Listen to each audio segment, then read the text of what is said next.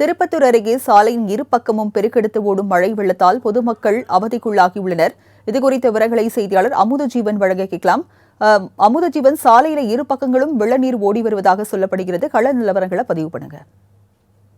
வணக்கம் திருப்பத்தூர் மாவட்டம் திருப்பத்தூர் அடுத்து மற்றப்பள்ளி ஊராட்சிக்கு உட்பட்ட காடவள்ளி ஏரியில் நிரம்பி உதிரி நீர் வெளியேறுவதனால் சாலையின் இரு பக்கமும் சுமார் 200 மீட்டர் அளவிலான மழை நீர் சூழ்ந்து இருப்பதனால் பெருந்தும் ஓடாத வழியாக செல்லும் முடியாமல் பொதுமக்கள் கடும் அவதிப்பட்டு வருகிறார்கள்.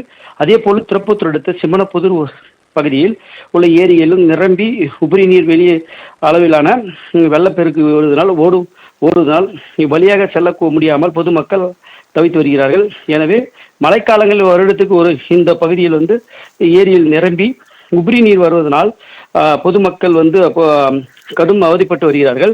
இது குறித்து பல ஆண்டுகளாக அதிகாரிகளிடம் பலமுறை மனுக்கள் அளித்தும் எந்தவித நடவடிக்கையும் எடுக்கவில்லை என கூறப்படுகிறது.